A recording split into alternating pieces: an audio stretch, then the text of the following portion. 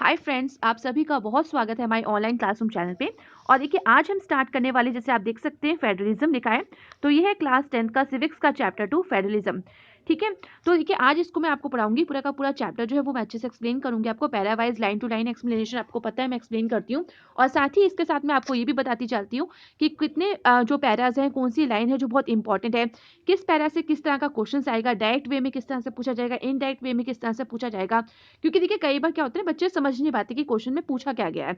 तो आंसर आपको आता है बट आप समझ नहीं पाते, इस वजह से कभी कभी आप गलत आंसर भी लिखाते हो। तो वो सारी चीजें मैं भी आपको बताऊंगी। साथ ही मैं आपको 1 मार्क क्वेश्चन, 3 मार्क्स क्वेश्चन, कहाँ से कौन सा क्वेश्चन 1 मार्क का आने वाला है, 3 मार्क का, 5 मार्क्स का, ये सारी चीज भी मैं साथ ही साथ आपको बताती जाऊंगी। और साथ ही जो इस चैप्टर के जो इंपॉर्टेंट वर्ड मीनिंग्स अगर लगेगा, तो कोई भी इंपॉर्टेंट वर्ड्स है उसके मीनिंग्स भी मैं साथ साथ बताती जाऊंगी आपको।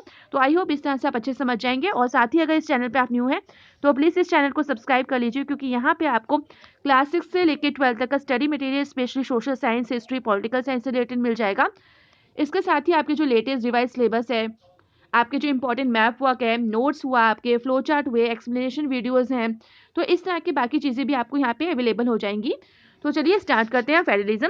देखिए सबसे पहले जो चैप्टर का नाम है वो है फेडरलिज्म। ठीक है, इससे पहले जो मैंने आपको चैप्टर पढ़ाया था और जो चैप्टर 1 है इस बुक का सिविक्स का, वो है पावर शेयरिंग। ठीक है, अगर आपने वो वीडियोस नहीं देखे तो प्लीज वो भी देख लीजिएगा। तो क्योंकि देखिए इसलिए मैं कह रही हूँ आपको, क्योंकि एनसीईआरटी के जितने भी चैप्टर्स हैं वो एक दूसरे से कनेक्टेड हैं। ठीक है, आप जब भी न्यू चैप्टर पढ़ेंगे, सेकंड, थर्ड, फोर्थ, 5 चैप्टर पढ़ेंगे, तो आपको प्रीवियस जो चैप्टर्स है वहाँ के कंटेंट कुछ मिलेंगे। इसी के साथ देखिए कई बार ऐसा भी होता है, जब भी हम क्लास 10th का कोर्स पढ़ते हैं तो काफ़ी ज़्यादा हमें सिमिलर पॉइंट्स मिलते हैं क्लास 9th के। ठीक है, आप कोई भी चैप्टर पढ़ लो, आपको कुछ ना कुछ पॉइंट्स मिल जाते हैं और वहाँ पे मेंशन भी किया जाता है कि ये चीज़ आपने क्लास 9th में भी पढ़ी है। तो इसलिए क्लास 9 से एक अच्छे से हैबिट डाल लीजिए पढ़ाई लिखाई की, कि लाइन टू लाइन हर चीज़ पढ़ने की, तभी आप जो है मिड ऑफ द चैप्टर्स या बिटवीन ऑफ द लाइन्स जो क्वेश्चन आते हैं वो उनके आप जवाब दे पाएंगे, अदरवाइज आपको लिए थोड़ी सी मुश्किल हो जाएगी। तो देखिए सबसे पहले हम समझ लेते हैं फेडरलिज्म का मतलब क्या होता है।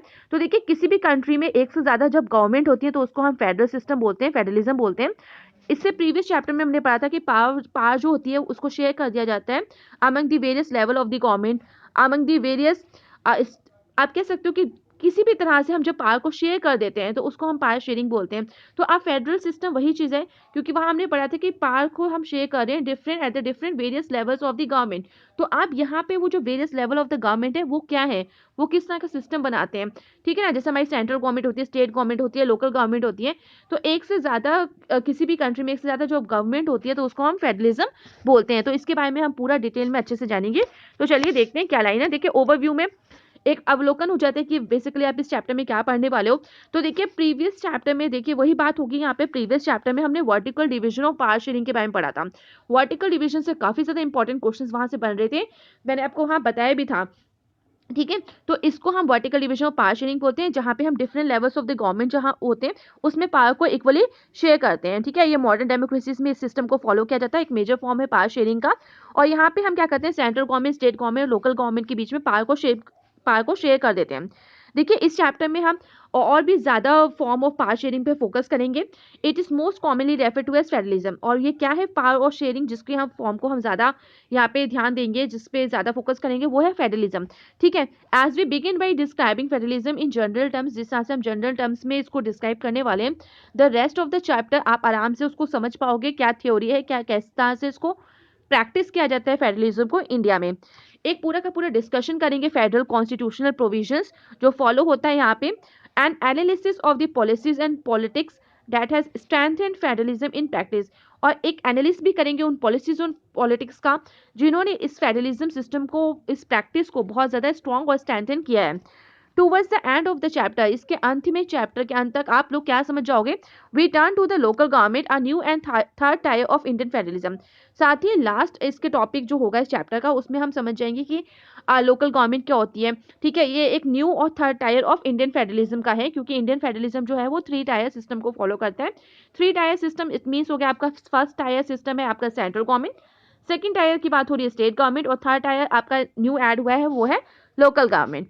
ठीक है, तो देखिए आई होप यहाँ तक आपको क्लियर हो गया होगा। इसके बाद चलिए मूव करते हैं और स्टार्ट करते हैं नेक्स्ट टॉपिक जो कि हेडिंग ही है व्हाट इज फेडरलिज्म। ठीक है, अब देखिए जैसे मैंने आपको बताया प्रीवियस चैप्टर के कंटेंट दिए जाते हैं, इसलिए सीबीएसई काफी सारे चैप्टर्स को डायरेक्ट नहीं करते, बट देखिए अभी जो रिवाइज सिलेबस आया ड्यू टू कोविड-19, तो उसकी वजह से कुछ चेंजेस हुए हैं, तो मैं वो वाले सिलेबस भी मैंने बना दिया है, आप प्लीज उसको भी देख लीजिएगा ताकि आपके जितने भी डाउट्स हैं वो क्लियर हो जाए।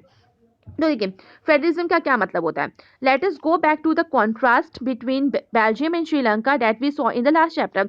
हमने प्रीवियस चैप्टर में श्रीलंका और बेल्जियम जैसी कंट्रीज के बारे में पढ़ा था, किस तरह का पावर शेयरिंग कॉन्सेप्ट था वहां पे, किस तरह से दोनों कंट्री एक दूसरे से जस्ट अपोजिट थी in the sense of the power sharing. ठीक है, पावर शेयरिंग के कॉन्सेप्ट में देखा जाए तो दोनों ही कंट्री जो थी वो अलग थी। यू वुड रिकॉल दैट, आपको बिल्कुल अच्छे से याद होगा, थोड़ा सा याद करिएगा। One of the key changes made in the constitution of Belgium was to reduce the power of central government and to give this powers to the regional government. ठीक है, तो आपको एक चीज यहाँ पे याद होगी कि बेल्जियम गवर्नमेंट ने किस तरह से सेंट्रल गवर्नमेंट की पावर को थोड़ा सा कम कर दिया था और उस पावर को किसको दे दिया था, रीजनल गवर्नमेंट्स को दे दिया था। ठीक है, रीजनल गवर्नमेंट्स को याद रखिएगा हम स्टेट गवर्नमेंट के नाम से भी जानते हैं, और regional governments existed in Belgium even earlier. ठीक है, ऐसे नहीं था रीजनल गवर्नमेंट तुरंत की तुरंत बनी थी, बल्कि काफी सालों से रीजनल गवर्नमेंट वहां पे थी बेल्जियम में, but all this powers were given to these governments and could be withdrawn by the central government. But फिर एक टाइम ऐसा भी हुआ था कि पहले उनको पावर दे दी गई थी, उसके बाद सेंट्रल गवर्नमेंट ने उनसे ये सारी शक्तियां वापस ले ली थी। फिर क्या हुआ, फिर देखिए कुछ अमेंडमेंट एक्ट वहां पे पास हुए थे, तो the change that took place, जो चेंज वहां पे बदलाव आया हुआ था 1993 में, जहां पे रीजनल गवर्नमेंट्स को फिर से एक कॉन्स्टिट्यूशनल पास दी गई एंड उसके साथ ही no more longer dependent on the central government.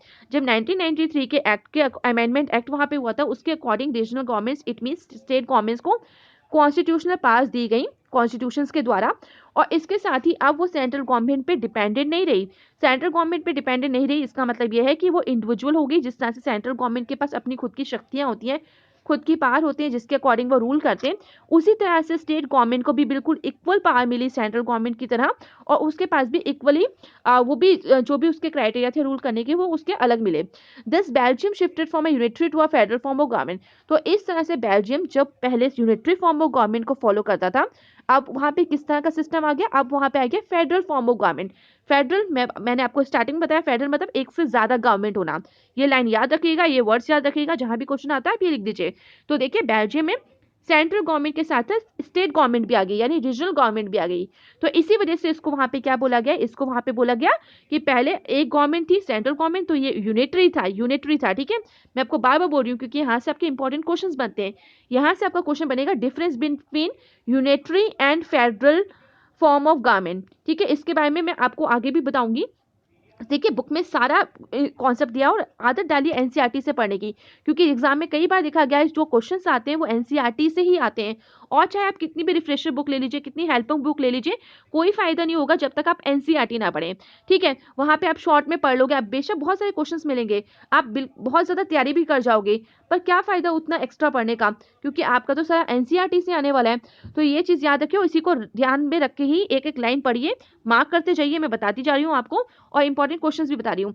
तो देखिए ये एक लाइन यहाँ पे हो गई आपकी, और ये ही आपका डिफरेंस हो जाता है फेडरल फॉर्म ऑफ गवर्नमेंट और यूनिटरी फॉर्म ऑफ गवर्नमेंट में। और इसके बाद में मैं, क्योंकि देखिए क्वेश्चन याद रखिएगा, मैं हमेशा बताती हूँ आपको, वर्कशीट में मैं कई बार आपको बोलती हूँ, कई क्वेश्चन जो है वो 1 मार्क के भी आते हैं, 3 मार्क के भी आते हैं, 5 मार्क्स के भी आते हैं, फिर उसके मार्क्स के अकॉर्डिंग आपको आंसर लिखना होता है। तो नॉलेज बहुत जरूरी है, अगर आपको लाइन ही नहीं आएंगी, कुछ याद ही नहीं रहेगा, तो आप कैसे लिखोगे, तो इस बात को ध्यान में रखिएगा। देखिए तो श्रीलंका कंटिन्यूज टू बी, आप देखिए श्रीलंका का थोड़ा सा केस देख ले, तो Sri Lanka continues to for all practical purpose a unitary system where the national government has all the powers। अगर श्रीलंका का केस देखें, देखिए बेल्जियम का तो देख लिया कि अमेंडमेंट एक्ट 1993 में जब हुआ था, तो उसके अकॉर्डिंग सेंट्रल गवर्नमेंट से कुछ पावर को ले लिया था और वहां पे स्टेट गवर्नमेंट को दे दी गई थी, तो जिससे कि यूनिटरी सिस्टम फेडरल सिस्टम में कन्वर्ट हो गया था। अगर श्रीलंका का केस देखें, तो श्रीलंका में देखा जाए तो किस तरह की प्रैक्टिकल पर्पसेस वहां पे हुए, वहां पे यूनिटरी सिस्टम ही रहा where the national government has all the powers, और वहां पे जो गवर्नमेंट बनी national government it mean central government जो थी उसी में सारी पावर्स थी, उन्होंने अपनी पावर को किसी और के गवर्नमेंट के साथ शेयर नहीं किया। तमिल लीडर्स जो थे वहां के वो श्रीलंका को बनाना चाहते थे, एक फेडरल सिस्टम बनाना चाहते थे, बट वहाँ के जो सिनेला कम्युनिटी के लोग थे जो मेजोरिटी में थे, और तमिल जो थे वो माइनॉरिटी में थे, इस वजह से वहाँ पे काफ़ी भेदभाव हुआ, और जिसकी वजह से श्रीलंकन जो वहाँ पे सिन्हेला कम्युनिटी से बिलोंग करते थे वो कभी नहीं चाहते कि तमिल जो श्रीलंका है वो एक फेडरल सिस्टम बने। तो इस तरह से देखिए क्या प्रॉब्लम वहाँ क्रिएट हुई।